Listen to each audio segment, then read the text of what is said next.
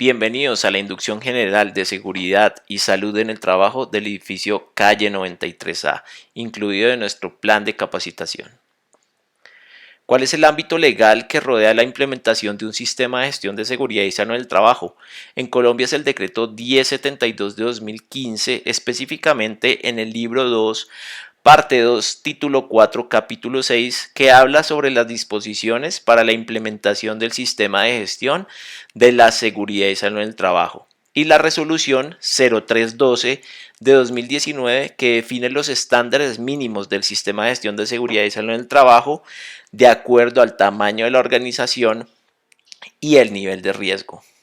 Hay que ser claros que este sistema de gestión de seguridad y salud en el trabajo establecido legalmente tiene un objeto y campo de aplicación que define en qué organizaciones debe ser aplicado obligatoriamente, y este campo de aplicación define las directrices de obligatorio cumplimiento para implementar el sistema de gestión de la seguridad y salud en el trabajo que deben ser aplicados por todos los empleadores públicos, privados, los contratantes de personal bajo modalidad de contrato civil, comercial o administrativo, las organizaciones de economía solidaria y el sector cooperativo, las empresas de servicios temporales, y tener cobertura sobre todos los trabajadores, sean dependientes, contratistas, trabajadores cooperados y los trabajadores en misión.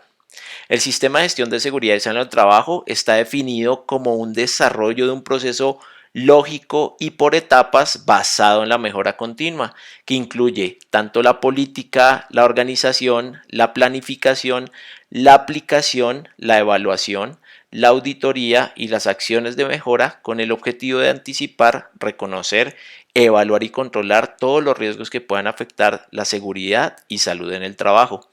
Este sistema de gestión debe ser liderado e implementado por el empleador o contratante con la participación de los trabajadores y o contratistas, garantizando a través de dicho sistema la aplicación de las medidas de seguridad y salud en el trabajo, el mejoramiento del comportamiento de los trabajadores, las condiciones y el medio ambiente laboral y el control eficaz de los peligros y riesgos en los lugares de trabajo. Valga aclarar que el sistema de gestión de seguridad y salud del trabajo debe ser desarrollado y diseñado por una persona con licencia en seguridad y salud del trabajo. En este caso, el edificio Calle 93A se apoyó de la empresa Conexi Consulting Group, cuyos profesionales cumplen con el requisito legal para el diseño del sistema de gestión. Como se hablaba en la diapositiva anterior, este sistema de gestión tiene que ser desarrollado en base al ciclo PHBA. ¿Qué quiere decir esto? Planear, hacer, verificar y actuar.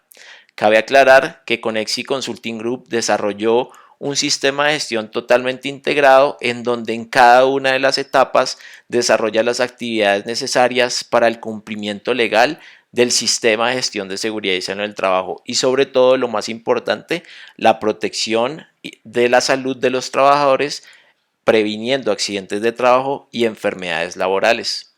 Se estableció una política de seguridad y salud del trabajo que expresa varios compromisos de la alta dirección del edificio con los trabajadores, sea cual sea su mecanismo de contratación. El edificio 93A, propiedad horizontal, en sus operaciones reconoce la importancia del capital humano y se compromete desde el más alto nivel a establecer dentro de sus prioridades la implementación y mejoramiento continuo del sistema de gestión de seguridad y salud del trabajo, el cual será apoyado a nivel gerencial y estará encaminado a velar por el bienestar físico, mental y social de los trabajadores, ofreciendo lugares de trabajo seguros y adecuados.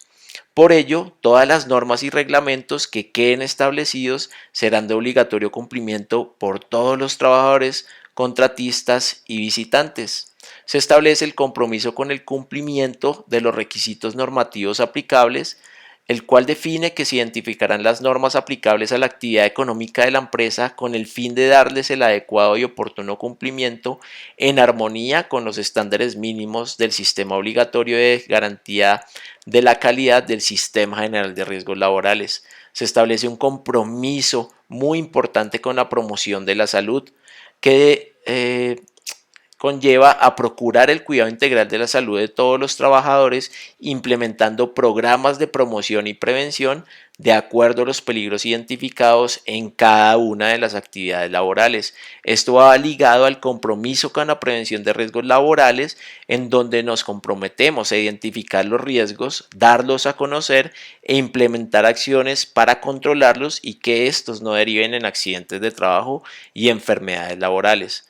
También se establece el compromiso con el mejoramiento de las condiciones de trabajo, implementando mecanismos con el fin de identificar, corregir o crear condiciones seguras para el normal desempeño de las actividades ordinarias y extraordinarias de los trabajadores. Se establece claramente un compromiso de la organización hacia la implementación del sistema de gestión de seguridad y salud en el trabajo por completo, compromiso con la capacitación de los trabajadores, desarrollando un programa de capacitación que proporcionará conocimiento para la identificación de los peligros y el control de riesgos en el trabajo. Este será generalizado a todos los niveles de la organización, incluyendo trabajadores dependientes, contratistas, trabajadores cooperados, en misión, etc. La Dirección de Seguridad y Salud en el Trabajo definirá estos requisitos de conocimiento y práctica en seguridad y salud en el trabajo. Del mismo modo, se buscarán los espacios para hacer las capacitaciones de acuerdo con lo que demande la ley y la calificación del riesgo previamente identificado, y se revisará mínimo una vez al año con el fin de identificar las acciones de mejora para la capacitación de los trabajadores. También se establece un compromiso con la información e instrucción, dando a conocer los riesgos y mecanismos a implementar de acuerdo con los procedimientos de trabajo seguros creados y estructurados previamente. Hay un compromiso con el respeto a la dignidad e integridad de las personas en el trabajo. Se implementarán mecanismos internos con el fin de garantizar el respeto al personal por parte de los compañeros de trabajo, directivos o subordinados en cualquier orden jerárquico. Se establece el compromiso de responsabilidad social o manejo social responsable, gestionando mecanismos con el fin de implementar una política de manejo de residuos y de actividades en general que sean amigables con el medio ambiente, creando conciencia social responsable entre nuestros trabajadores. Se establecen unos objetivos específicos y generales del sistema de gestión de seguridad y salud del trabajo. Como objetivo general es garantizar las condiciones de trabajo seguras y saludables en el desarrollo de las diferentes actividades a través de la promoción de la salud, de la identificación de peligros, evaluación y control de los riesgos laborales, con el fin de evitar la presentación de accidentes de trabajo y enfermedades laborales y otras situaciones que afecten la calidad de vida de los trabajadores. Y tenemos definidos 6 objetivos específicos, los cuales son asegurar e implementar medidas eficaces que permitan la identificación, la evaluación, la intervención y el establecimiento de los respectivos controles de los diferentes factores de riesgo y peligro significativos para la salud de los trabajadores en la organización, proteger la seguridad y salud de los trabajadores mediante la mejora continua del sistema de gestión de seguridad y salud en el trabajo, ubicar y mantener a los trabajadores según sus aptitudes físicas y psicológicas en ocupaciones que puedan desempeñar eficientemente sin poner en riesgo su salud o la de sus compañeros, promover y mantener el bienestar físico, mental y social de los trabajadores, fortalecer la cultura de salud y seguridad, promoviendo el compromiso y liderazgo de todos los trabajadores y contratistas, y cumplir con la normatividad nacional vigente, leyes y reglamentaciones aplicables en materia de riesgos laborales. Hay que tener claro que es muy importante conocer qué son los factores de riesgo y qué propósito se pretende lograr con la identificación de dichos factores. El propósito general de la identificación de los factores de riesgo y la valoración de los riesgos en seguridad y salud del trabajo es entender los peligros que se pueden generar en el desarrollo de las actividades, con el fin que la organización pueda establecer los controles necesarios al punto de asegurar que cualquier riesgo sea aceptable. ¿Qué son esos factores de riesgo o lo que conocemos habitualmente también como peligros? Los peligros son todas aquellas situaciones del ambiente, instrumentos, materiales, la tarea o la organización del trabajo que potencialmente pueden afectar la salud de los trabajadores o generar un efecto negativo en la empresa. Se considera factor de riesgo a aquella condición de trabajo que, estando presente, incrementa la posibilidad de la aparición de un determinado daño. Estos factores de riesgo se clasifican de acuerdo al origen y no el efecto que causan, y vamos a ver la clasificación de esos factores de riesgo para que cada uno pueda identificar en su actividad laboral y en sus tareas qué factores de riesgo los que vamos a explicar están presentes. Tenemos los factores de riesgo físico, que se clasifican en este aspecto los factores ambientales de naturaleza física, considerando esta como la energía que se desplaza en el medio, que cuando entran en contacto con las personas pueden tener efectos nocivos sobre la salud, dependiendo de su intensidad, exposición y concentración de los mismos. Y vamos a ver cuáles son los factores de riesgo físicos. El ruido. Cualquier sonido que es molesto y desagradable para el oído humano es un sonido desagradable no armónico. Esto se considera ruido. El ruido es posiblemente el contaminante físico que con mayor frecuencia se encuentra presente en los puestos de trabajo. Es muy evidente encontrarlo y lo podemos encontrar de diferentes formas. El ruido continuo son ruidos que permanecen estables o presentan ligeras fluctuaciones durante el tiempo en que se midan. El ruido intermitente es constituido por una sucesión de distintos niveles de ruido y el ruido de impacto o impulso se caracteriza por una elevación brusca del nivel en un tiempo muy corto. El tiempo entre estos picos o impactos debe ser superior o igual a un segundo para ser considerado de impacto o impulso. Debemos tener claro que este ruido se puede presentar muy frecuentemente en los espacios de trabajo cuando estemos haciendo, por ejemplo, labores de mantenimiento con el uso de algún tipo de maquinaria, taladros, martillos, atornilladores eléctricos, cuando estemos haciendo operaciones cerca a elementos que generen ruido continuo, como son las plantas de tratamiento, las plantas generadoras de energía y otros equipos en general. ¿Cuáles son los valores límites permisibles de estos niveles de ruido? Y estos se dan en base a un nivel de los decibeles permitidos y a un tiempo de exposición. Entonces tenemos que si trabajamos durante 8 horas con ruido, el valor límite permisible es máximo 85 decibeles, pero a medida que el nivel de intensidad del ruido es mayor, el tiempo de exposición debe ser mucho menor porque ocasiona daños más grandes al aparato auditivo. De aquí la importancia de que identifiquemos los niveles de ruido de cada una de nuestras actividades y determinemos las medidas de control. En el caso de que se superen estos valores límites permisibles en cualquier fracción de tiempo, se hace necesario el uso de protectores auditivos para minimizar el impacto que tiene estos niveles de ruido sobre el oído de nuestros trabajadores. Otro factor de riesgo de tipo físico es la iluminación, que se puede presentar por deficiencia o por exceso. Disponer de una buena iluminación en el lugar de trabajo facilita la realización de tareas por parte del trabajador. Sin embargo, en el mundo laboral existe una gran variedad de tareas visuales y de ambientes asociados. Para cada asociación de tarea visual y de ambiente pueden existir diferentes modos de alumbrado que den una adecuada iluminación. ¿Qué quiere decir esto? Que no en todos los ambientes de trabajo la iluminación adecuada se presenta en la misma intensidad.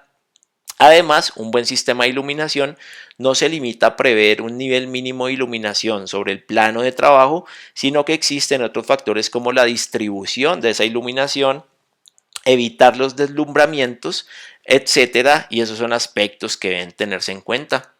Debemos tener claridad que la mejor iluminación es la natural porque permite definir perfectamente los colores, ya que en horas de máxima iluminación pueden existir valores de iluminación superiores a 100.000 luxes. Esta iluminación además es la más económica y es la que produce menos fatiga visual. En lo ideal deberíamos tener una combinación de iluminación natural e iluminación artificial en nuestro lugar de trabajo. La iluminación artificial es la suministrada por fuentes luminosas artificiales como son las lámparas que según su reparto en el lugar pueden ser distribuidas así. De forma general, una distribución uniforme en todo el plano de trabajo, localizado con puntos o secciones especiales donde voy a tener iluminación artificial focalizada individual para trabajos que requieren alto nivel de iluminación en el puesto de trabajo, y combinado si generamos pues una combinación entre general, localizada e individual de acuerdo a las actividades que estemos desarrollando. Como lo decía, la mejor iluminación en el puesto de trabajo depende de la actividad que yo esté desarrollando, donde podemos tener factores de riesgo derivados de la iluminación en los ambientes del sótano, en los ambientes de oficina donde necesitamos labores de concentración en la lectura de algunos documentos y el análisis de alguna información, también en las labores de vigilancia, porque presentamos momentos o diferentes momentos del día donde tenemos más o menos iluminación, y en cuanto deba tener cierto nivel de visión, pues voy a tener que establecer cuál va a ser la iluminación adecuada para mi lugar de trabajo. También podemos tener factores de riesgo físicos relacionados con temperatura o con ambientes térmicos. La temperatura en el puesto de trabajo puede dar lugar a dos situaciones que, pese a tener la misma fuente, determinan el modo de evaluar el riesgo producido por este agente físico y las medidas preventivas que deben adoptarse. Estas dos situaciones son las siguientes. La primera, las que presentan disconfort térmico, tanto si es por calor o es por frío. Esto quiere decir una incomodidad con el nivel de temperatura que se presenta en mi sitio de trabajo. Y también hay situaciones en las que se sufre estrés térmico, tanto si es por calor o es por frío.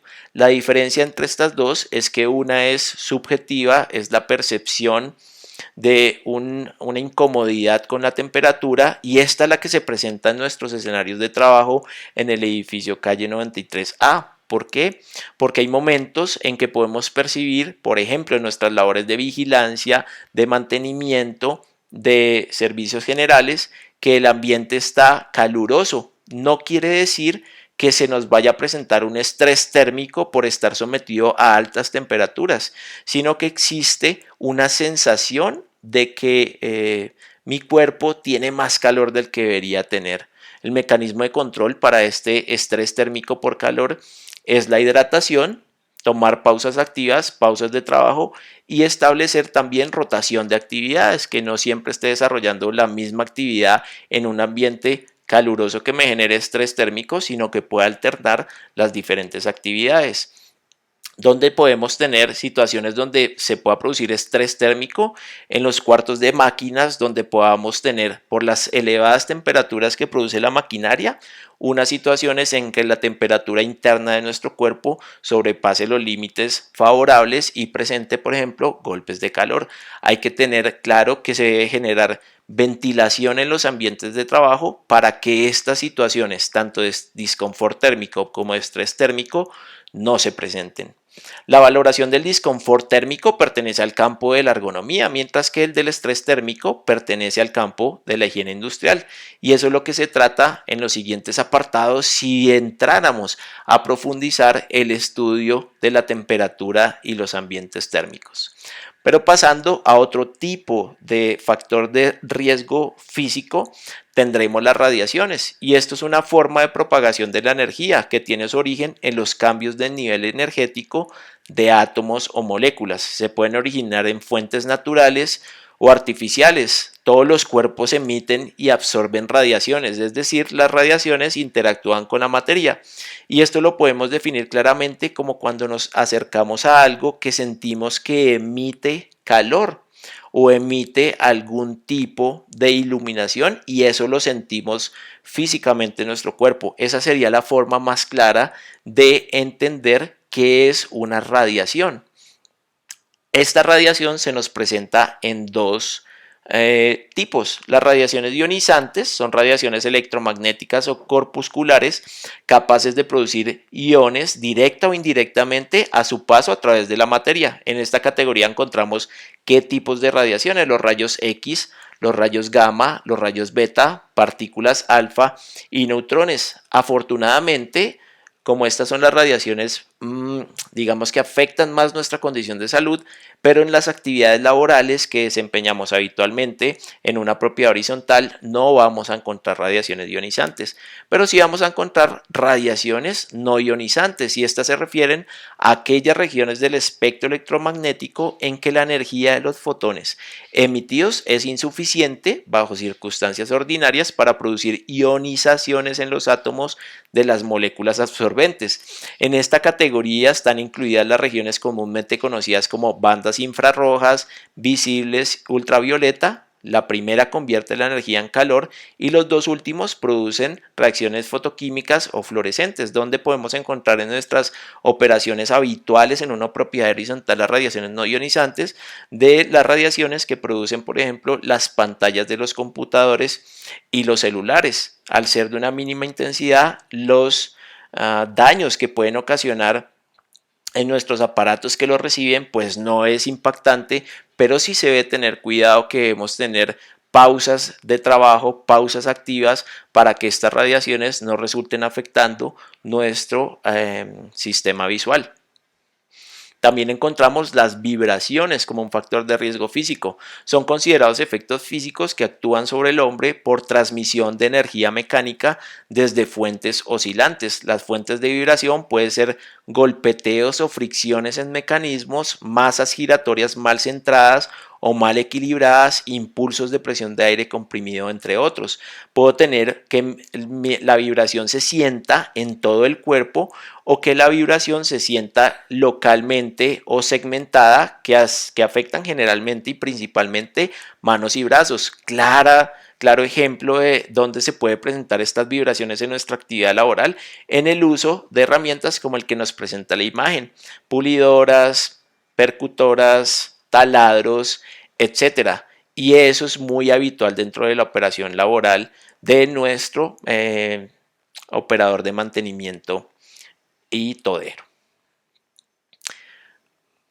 También podemos tener presiones anormales. Afortunadamente, dentro de las operaciones del edificio calle 93A no vamos a tener presiones anormales, porque esta es toda presión superior o inferior a la existente al nivel del mar y puede considerarse anormal. Entonces podemos tener efectos como el disbarismo o el hiperbarismo, algo que no extenderemos porque, como lo he manifestado, no se presentan dentro de nuestro ambiente, pero es importante que conozcamos todas las divisiones de los peligros o factores de riesgo físicos. También tenemos los factores de riesgo químicos. Son elementos y sustancias que, al entrar al organismo mediante la inhalación, absorción cutánea, o sea, a través de la piel, o ingestión, pueden provocar intoxicación, quemaduras, irritaciones o lesiones sistémicas, dependiendo del grado de concentración y el tiempo de exposición. Hay divisiones del factor de riesgo químico de acuerdo a la presentación del producto químico. Entonces podemos tener sólidos que se presentan como polvos y fibras, humos metálicos y no metálicos, los líquidos que los vemos como neblinas y rocíos, los gases y vapores. Es muy importante entender que cada vez que usamos un producto químico, aunque su concentración de químico no sea muy alta, estamos hablando de un factor de riesgo de este tipo. Generalmente el mecanismo de control para evitar el impacto de este riesgo químico sobre nuestro cuerpo resulta en el uso de elementos de protección personal. Para evitar el contacto con los ojos, gafas de protección. Para evitar la absorción cutánea, utilizamos guantes, por ejemplo, y ropa de trabajo que cubra nuestra piel. Para evitar la inhalación o la ingestión, generalmente usamos mascarillas dependiendo de la concentración y el químico que estemos usando. Es muy importante entender que estos productos químicos además deben ser etiquetados y se debe conocer, de acuerdo a las instrucciones del fabricante, qué hacer en caso de emergencia si por accidente lo inhalamos, nos entra en los ojos o lo absorbemos. Los factores de riesgo biológico se presentan en nuestro sitio de trabajo como microorganismos, toxinas, secreciones biológicas, tejidos y órganos corporales humanos y animales presentes en determinados ambientes laborales, que al entrar en contacto con el organismo pueden desencadenar enfermedades infectocontagiosas reacciones alérgicas, intoxicaciones o efectos negativos en la salud de los trabajadores. ¿Qué división encontramos dentro de los factores de riesgo biológico? Y por esta época son muy famosos: los virus, los hongos, las bacterias, los parásitos, las riquecias, artrópodos y animales vivos. Es muy importante tener en cuenta que dentro de las actividades diarias de servicios generales y mantenimiento encontramos gran contacto con muchos de los tipos de factores de riesgo biológico: hongos, bacterias, parásitos, artrópodos y animales vivos, por ejemplo. Pero tenemos que tener en cuenta que hoy en día, por las condiciones de la pandemia del COVID-19, estamos viviendo una exposición permanente, constante y latente a los virus que generan este factor de riesgo y esta contaminación del COVID-19. Es importante tener en cuenta todos los parámetros de bioseguridad, no solamente para el COVID-19, sino para cada uno de los factores de riesgo biológicos en los lugares de trabajo. Generalmente resultan en ambientes de trabajo ventilados, que resulta como un control de ingeniería, espacios de trabajo con constante aseo, y para controlar el impacto de lo que no podemos eliminar usaremos los elementos de protección personal, llámense tapabocas, mascarillas, guantes, ropa de trabajo, etcétera. Es importante tener en cuenta todos los protocolos y también hacer cambio frecuente y lavado de los elementos y partes de nuestro cuerpo que puedan haber entrado en contacto con alguno de estas derivaciones del factor de riesgo biológico. Los factores de riesgo por carga física biomecánica se refieren a los factores que en torno a la labor realizada imponen en el trabajador un esfuerzo físico e implica el uso de los componentes del sistema osteomuscular y cardiovascular. Tenemos los factores de carga estática, en donde encontramos las posturas prolongadas, las posturas mantenidas, las posturas inadecuadas, posturas forzadas y posturas antigravitacionales. Eso lo podemos encontrar en todos los cargos que se desarrollan en nuestra propiedad horizontal, porque podemos encontrar posturas prolongadas y mantenidas, mucho tiempo de pie, mucho tiempo sentado, cuando asumimos posturas inadecuadas de acuerdo a nuestro lugar de trabajo, a la silla en la que tenemos que trabajar o el espacio de trabajo que nos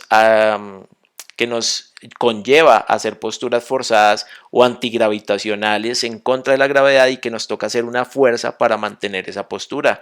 Lo importante es realizar calentamientos para que nuestro cuerpo, cuando se someta a este tipo de posturas, no tenga lesiones tempranas. Es muy importante además que nuestro puesto de trabajo y la silla en la que trabajemos se encuentre en buen estado, que me ofrezca una posición ergonómicamente adecuada y que si tengo que mantener esa postura durante mucho tiempo, realizar las respectivas pausas activas.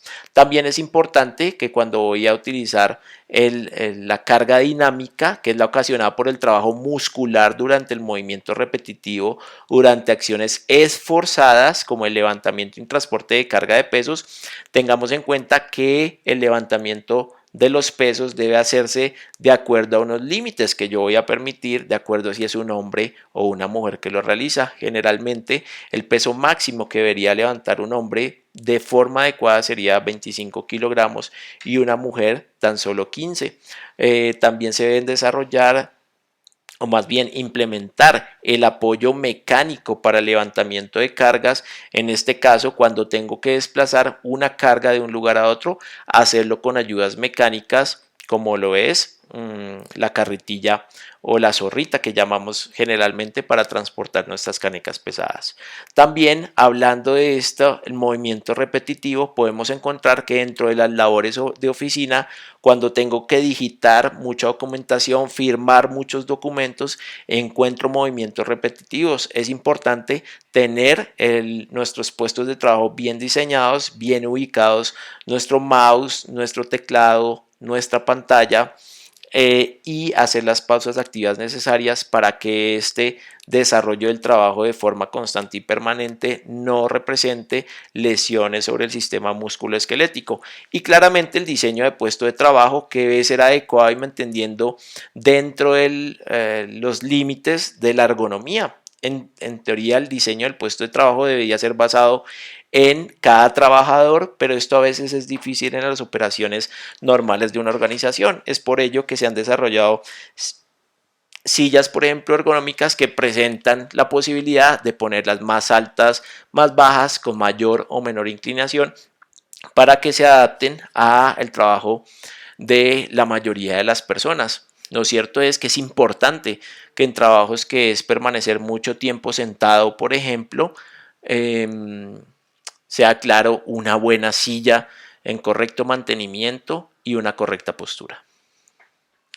Factores de riesgo de carga psicosocial, las interacciones entre el medio ambiente de trabajo, el contenido del trabajo, las condiciones de la organización y las capacidades, las necesidades y la cultura del trabajador, las consideraciones personales externas al trabajo que pueden, en función de las percepciones y la experiencia, tener influencia en la salud, en el rendimiento en el trabajo y la satisfacción laboral. Estos son factores de riesgo que impactan generalmente sobre nuestra psicología, sobre nuestros sentimientos, sobre nuestra percepción y satisfacción. Entonces encontramos ciertas divisiones de los factores de riesgo de carga psicosocial.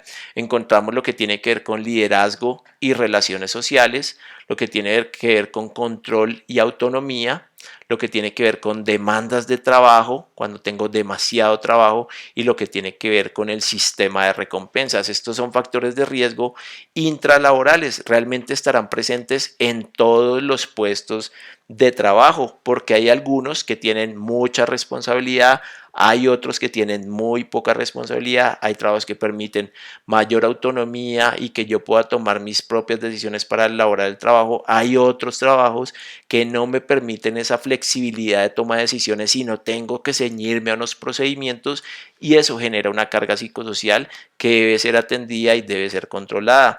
En general, pues se han establecido manuales de funciones para que las demandas de trabajo nunca superen lo que debería trabajar un trabajador, valga la redundancia. También tenemos que tener en cuenta que dentro de estos factores intralaborales están la distribución de los turnos de trabajo, por ejemplo, y por eso tendremos que analizar muy bien los turnos de trabajo de nuestros trabajadores contratistas de la empresa de vigilancia para que nunca se superen esos turnos de trabajo, nunca se llegue, por ejemplo, a doblar esas horas de trabajo, porque eso generaría, además de una posibilidad muy alta de que se generen accidentes, pues un deterioro de la salud bien importante generado por esa sobrecarga en los turnos de trabajo. De ahí la importancia a que la empresa de vigilancia entregue constantemente los turnos de trabajo estructurados con unos cronogramas bien establecidos y con unos programas de contingencia en caso de que, por ejemplo, no pudiera llegar una persona a su trabajo, cómo sería suplido por un supernumerario. Los factores de riesgo psicosociales extralaborales que también se deben contemplar tienen que ver con el tiempo fuera del trabajo, las relaciones familiares, la influencia del entorno extralaboral en el trabajo, la comunicación y las relaciones interpersonales, las características de la vivienda y el entorno de cada trabajador, y el desplazamiento vivienda, trabajo, vivienda. No hace falta extender mucho en este tema porque tenemos claro que muchas de las cosas que suceden fuera de nuestro trabajo afectan directamente e indirectamente también a veces de la parte psicológica del trabajador, y ese tipo de distracciones que se pueden generar por alguna de estas situaciones pueden desencadenar en accidentes de trabajo. Por ello es que es importante conocer nuestro grupo de trabajo y saber cada una de las características de ellos en estos aspectos extralaborales y tomar las medidas que sean necesarias para que ello no impacte en el desarrollo normal de su actividad. Factores de riesgo psicosociales individuales que tienen que ver con la personalidad específica de cada persona y cómo afrontan cada una de las situaciones que se les puede presentar en su ambiente laboral o extralaboral. Los factores de riesgo que tienen que ver con condiciones de seguridad son todos aquellos factores que involucran condiciones peligrosas originadas en un mecanismo, equipo, objeto o instalaciones locativas que al entrar en contacto con la persona pueden provocar un daño físico de acuerdo con su intensidad y tiempo de contacto. Dentro de estos factores de condiciones de seguridad encontramos los eléctricos y se refiere a los sistemas eléctricos de las máquinas, equipos, instalaciones locativas que conducen o generan energía dinámica o estática y que al entrar en contacto pueden provocar, entre otras lesiones, quemaduras, shock, fibrilación ventricular, según sea la intensidad y el tiempo de contacto. Esto lo tenemos presente en todas las instalaciones de nuestros equipos eléctricos dentro de las actividades laborales. Tenemos en la oficina de administración, lo tenemos en nuestra recepción, lo tenemos en los cuartos de máquinas y en general en todas las instalaciones vamos a encontrar factores de riesgo relacionados con la electricidad. De ahí la importancia a que no se sobrecarguen los sistemas de alimentación eléctrica, porque además de generar este tipo de daños en el cuerpo, pues pueden generar incendios o explosiones. Es importante estar verificando los sistemas completos de conexión de los equipos que se encuentren en buen estado y que no se sobrecargue, vuelvo y reitero, las conexiones eléctricas con extensiones, muchos estabilizadores, etcétera. Otro factor de riesgo que tiene que ver con condiciones de seguridad son los de explosión e incendio. Todos los objetos, elementos, sustancias, fuentes de calor o sistemas eléctricos que en ciertas circunstancias de inflamabilidad, combustibilidad o defectos respectivamente puedan desencadenar incendio y explosiones. Tenemos presentes dentro de las actividades laborales muchos escenarios en los que se nos puede presentar incendio y explosión, principalmente los relacionados con el almacenamiento de los productos químicos, que se va a hacer de forma adecuada, respetando lo que diga el fabricante de cada producto. También el uso de combustibles que tenemos dentro de nuestros cuartos de máquinas y el mantenimiento constante que hacemos sobre las máquinas y el funcionamiento constante de las mismas nos pueden generar explosión e incendio.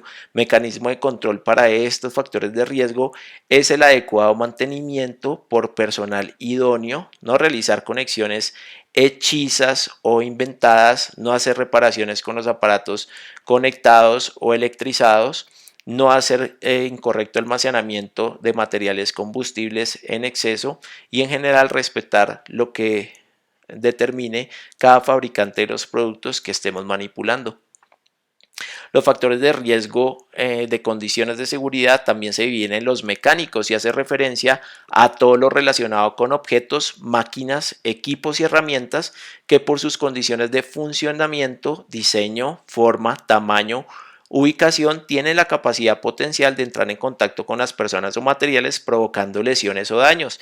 Todo lo que signifique utilizar algún tipo de herramienta o maquinaria, sea muy pequeña o muy grande, es un factor de riesgo de tipo mecánico relacionado con condiciones de seguridad. Entonces, cuando yo uso en mi oficina la cocedora, las tijeras, el bisturí, hasta cuando uso el taladro que me proyecta partículas, cuando uso cualquier tipo de herramienta, sea un destornillador, un alicate, un martillo, esto me genera estos factores de riesgo. Generalmente el control para estos factores de riesgo resulta dándose en un correcto mantenimiento de cada una de las herramientas, utilizar las herramientas para lo que han sido diseñadas, por ejemplo, no estar martillando con un ladrillo, no estar martillando con una herramienta que no es un martillo. Este es un uso adecuado de las herramientas, además del mantenimiento adecuado y el reemplazo si el deterioro de ellas pues llega al punto de necesitar un reemplazo.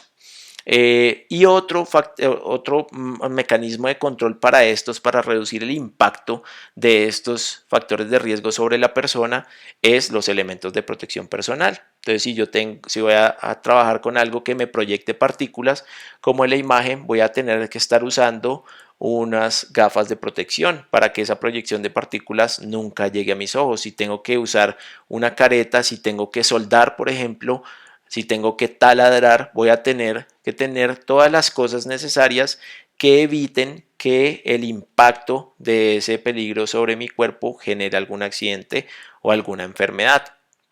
Los factores de riesgo derivados con la parte locativa hace referencia a las condiciones de las instalaciones o áreas de trabajo que bajo circunstancias no adecuadas pueden ocasionar accidentes de trabajo o pérdidas para la empresa.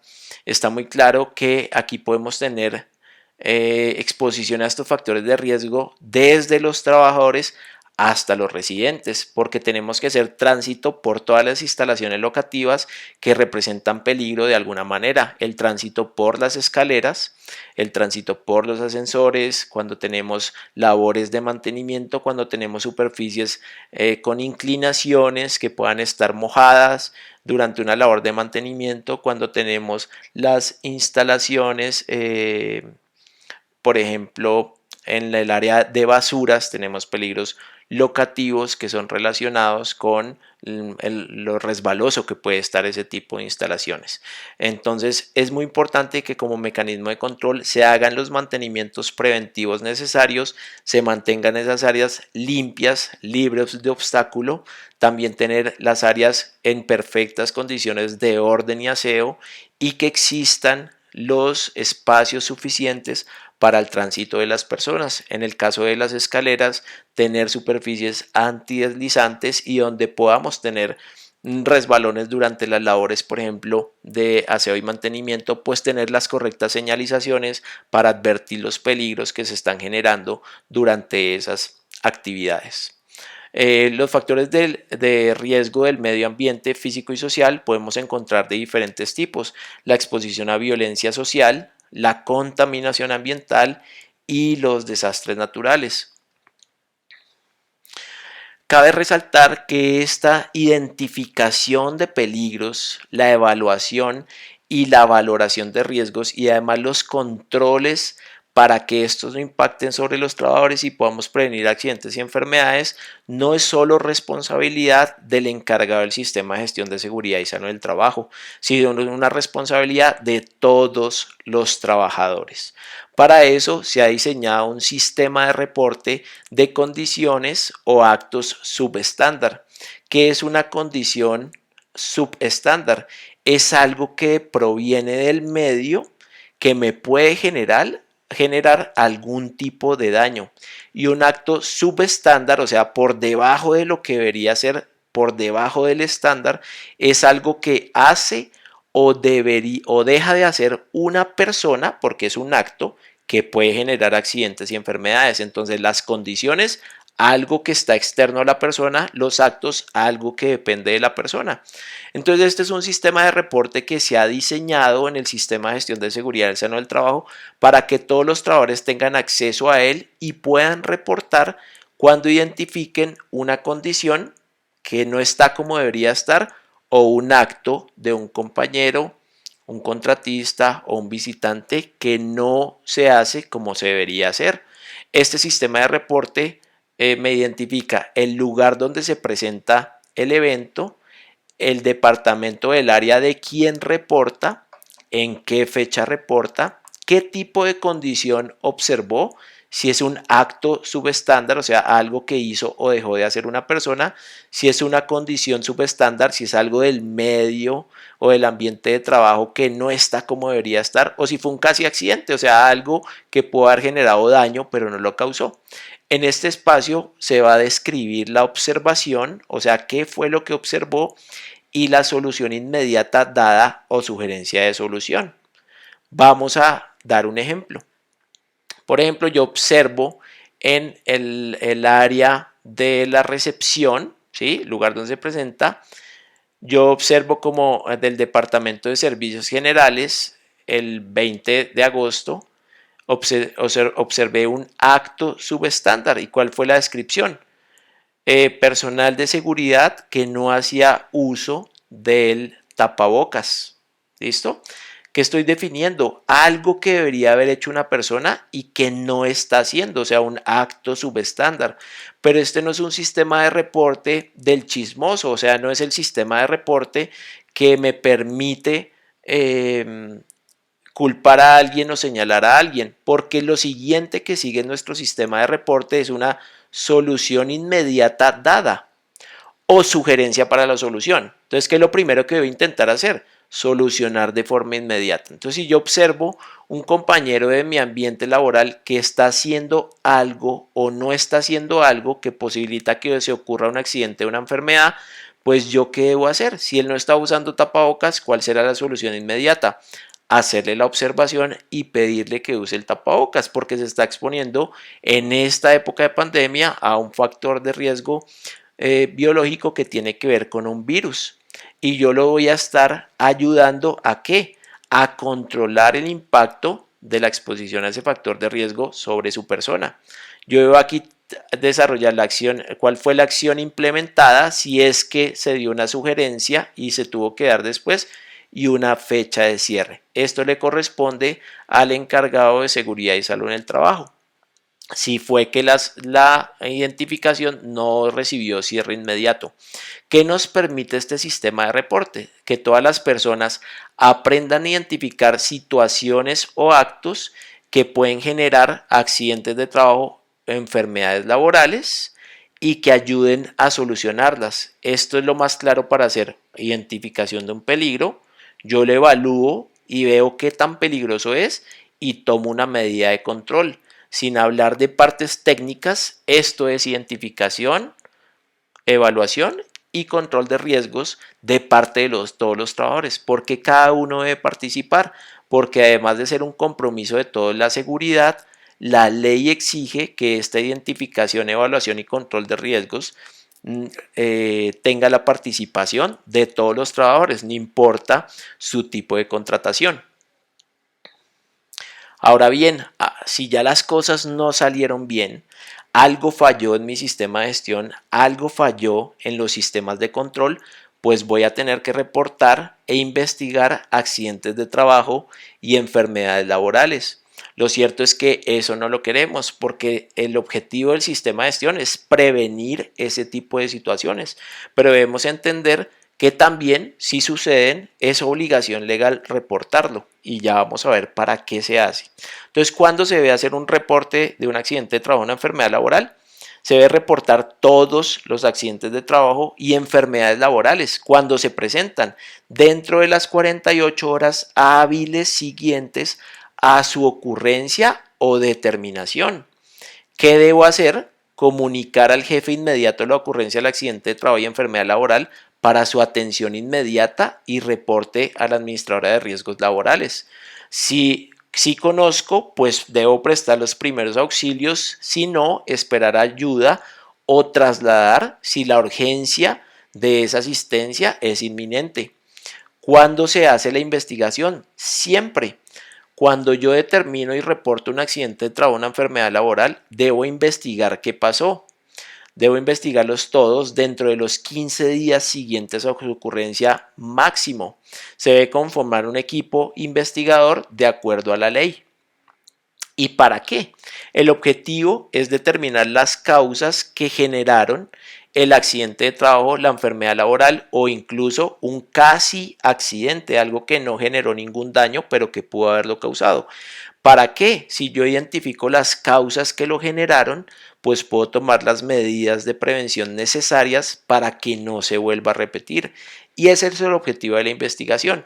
Es muy importante que todos los trabajadores conozcan que una correcta investigación es donde todos aportan las versiones reales de lo que sucedió sin temer a ser señalados como culpables, porque el objetivo de una investigación de accidentes de trabajo y enfermedades laborales nunca es determinar culpabilidades, sino determinar las causas para evitar que se repitan. Es normal que se presente un casi accidente en nuestro lugar de trabajo, por ejemplo, que iba caminando y me resbalé y casi me caigo, y determinemos las causas de esos eventos para que no se generen accidentes de trabajo y enfermedades laborales. Es más, si yo me encargo de reportar condiciones y actos subestándar, pues nunca voy a reportar accidentes laborales porque voy a estar tomando las medidas sobre las cosas que me podrían generar accidentes de trabajo y no sobre las que me lo generaron. Hay que tener claro que dentro de nuestro ambiente laboral también se pueden presentar emergencias. Se pueden presentar emergencias de tipo natural, que son riesgos asociados a aquellos fenómenos percibidos por el hombre como que no son controlables o que no son fruto directo de su actividad, como lo son fenómenos de remoción en masa, movimientos sísmicos, inundaciones, lluvias, granizadas, vientos fuertes y otros dependiendo de la geografía y del clima. También se pueden presentar emergencias de tipo tecnológico. Son los riesgos percibidos como fenómenos controlables por el hombre y que son fruto de su actividad. ¿Cuáles pueden ser? Incendios, explosiones, fugas, derrames, fallas estructurales, fallas en equipos y sistemas, intoxicaciones y si tenemos trabajos de alto riesgo, como el trabajo en altura si se presenta y hay un contratista que debe desarrollarlo.